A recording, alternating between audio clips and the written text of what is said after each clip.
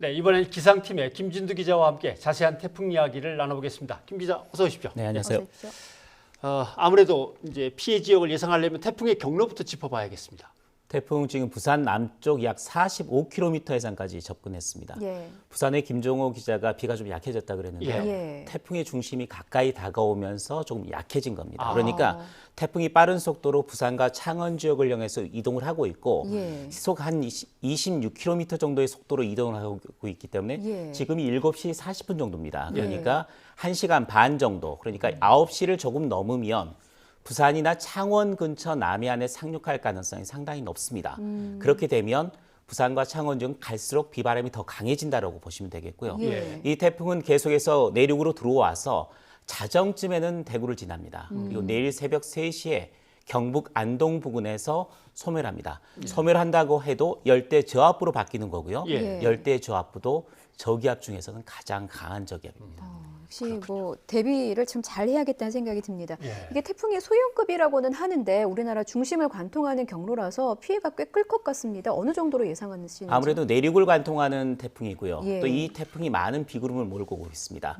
다행스러운 것은 우리나라에 상륙하기 전에 일본 규슈를 이미 지나서 왔습니다. 예. 내륙을 지나면 태풍이 에너지를 공급받지를 못하기 때문에 세력이 급격히 약화되거든요. 그래서 일본 규슈를 들어오면서 예. 중간 강도의 태풍에서 약한 강도의 태풍으로 약화됐습니다. 그런데 해상으로 나오면서 소멸할 것 같았는데 비구름을 그대로 유지하면서 오고 있습니다. 예. 그만큼 규슈에서 우리나라까지 오는 그 사이의 해수 온도가 높다는 이야기입니다. 예. 그래서 안심할 수가 없는 거고요.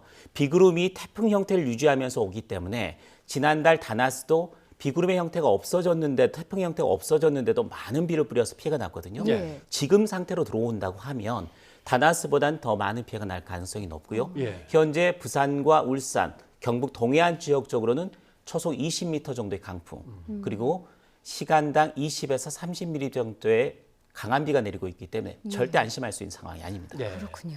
일부에서는 89년 7월의 태풍 주디하고 비교를 하기도 하는데요. 네. 아마 한반도를 관통하는 경로가 비슷해서 그런지 모르겠습니다만 그때와 비교를 좀 해주신다면 어떻습니까? 30년 전의 태풍입니다. 아. 이 태풍과 비슷한 게 30년 전을 거슬러 올라가야 찾을 수 있습니다. 예. 굉장히 특이한 상황인데요. 예. 그래픽을 준비했는데 잠깐 보실까요? 예. 보시면 이게 우리나라에 상륙한데 방향이 갈라졌습니다. 그러니까 두 개를 비슷한 태풍이라고 보기가 어려운데 예. 굳이 이걸 찾은 이유가 있습니다. 이 태풍이 예. 규슈를 먼저 지나왔습니다.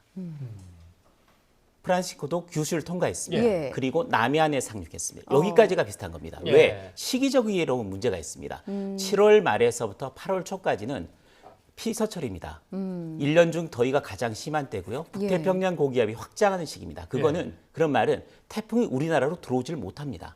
이런 경로를 택할 수 있는 가능성이 없는 거고요. 예. 대부분 이 시기에 발생한 태풍은 중국으로 들어가게 됩니다. 예. 그런데 30년 전과 올해가 북태평양 고기압이 이례적으로 수축을 한 상태여서 태풍이 일본 규슈를 통과해서 우리나라 남해안까지 올라온 겁니다.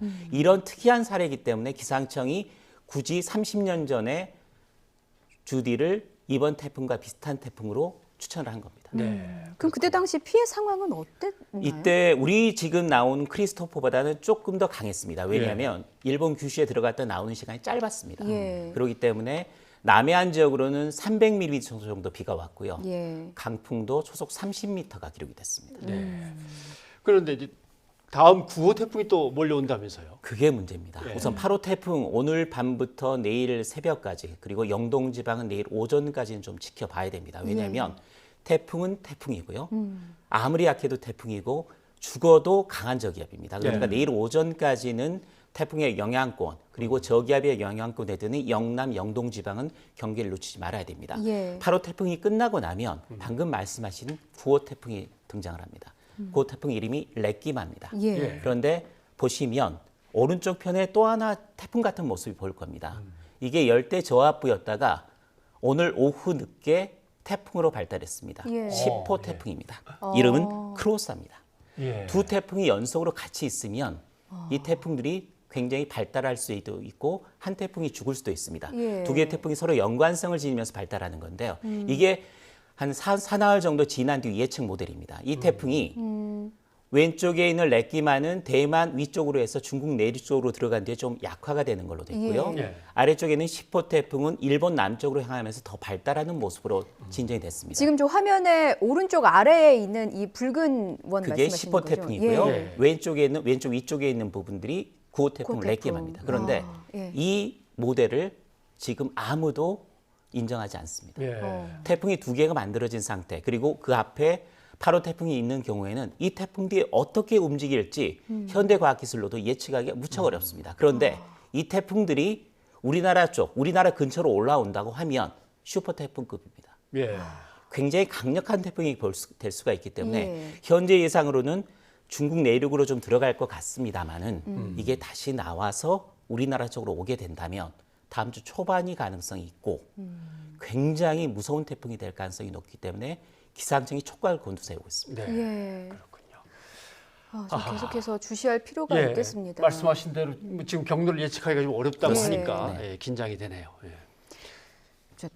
최근에도 태풍 발생이 좀 잦아진 것 같아요. 지금 뭐 8호 태풍, 9호 태풍, 10호 태풍까지 좀 짚어주셨습니다만 왜 이렇게 태풍이 잦아진 건지 혹시 그 지구온난화가 원인인 건지 이 부분도 좀 여쭐게요. 태풍이 잦아졌다고 느끼는 게 문제입니다. 아, 예. 중요한 게 연간 발생하는 태풍의 횟수는 그렇게 크게 차이가 나지는 않습니다. 예. 매년 비슷한 태풍이 발생을 했는데 문제는 강한 태풍이 그만큼 많이 발생해서 우리나라 근처로 올라오는 게 문제입니다. 아, 예. 그게 지구온난화와 연관이 있는 겁니다. 예. 허리케인도 이전에 볼 수 없었던 강력한 등급의 허리케인이 미국을 강타하고 있고요. 예. 태풍도 우리나라 근처까지 올라오는 게 이전에 볼 수 없었던 슈퍼급 태풍이 자주 보게 되는 거죠. 올해는 특이한 상황입니다. 지난달에 다나스와 이어서 이번엔 크리스토퍼까지 예. 그리고 다음 태풍까지도 지금 될 수 프란시스코까지 예. 지금 되는 게 문제가 뭐냐면 우리나라 주변에 아까 말씀드렸던 북태평양 고기압 세력이 좀 약화됐기 때문에 예. 태풍의 길이 만들어진다면 태풍의 길이 우리나라로 한반도로 열려 있는 겁니다. 예. 한반도로 갈지 일본으로 갈지는 모르겠습니다만 어쨌든 우리나라와 일본 쪽으로 태풍이 올라올 수 있는 길이 열려져 있는 겁니다. 그래서 앞으로 한두 달 정도를 굉장히 예의주시를 해야 되고 예. 굉장히 위험한 태풍이 많이 올라올 수가 있기 때문에 각별한 경계가 필요합니다. 그러면 9호 렉기마, 뭐 아까 10호 크로사라고 네. 하셨는데 예. 그거 끝나면 다음 태풍이 또 기다리고 있다고 보십니까? 아니면 무더위가 오고 그냥 거기서 끝날 겁니까? 오늘 서울 기온이 36.8도까지 예. 올랐습니다. 예. 올 최고였습니다. 굉장히 무더웠는데요. 내일 태풍이 지나가고 나면 무더위는 한풀이 꺾입니다. 그러니까 35, 6도까지 올라갔던 기온이 33도, 34도 정도 수준에 머물 겁니다. 예. 그러니까 굉장히 무더웠던 폭염의 기세는 조금 누그러진다라고 볼 수가 있습니다. 그런데 계속해서 완전히 무르거지냐 그건 아닙니다. 8월 하순까지는 30도를 넘는 더위는 그대로 이어지겠는데 최고 피크는 지났다라고 볼 수가 있습니다. 태풍은 9월 초까지 예. 최근 들어서는 10월 초까지도 가을 태풍까지도 우리나라에 올 가능성이 확률이 높아지고 있습니다. 따라서 이번 여름에는 무더위가 지난 해만큼 강하지는 않았지만 예. 그 반대로 엄청난 태풍의 내습을 우리가 걱정해야 되는 상황이 됐다. 기압 배치가 그런 식으로 됐기 때문에 태풍에 대한 경계가 무엇보다 지금 필요한 순간입니다. 네, 알겠습니다. 자세히 짚어주셨네요. 오늘 고맙습니다.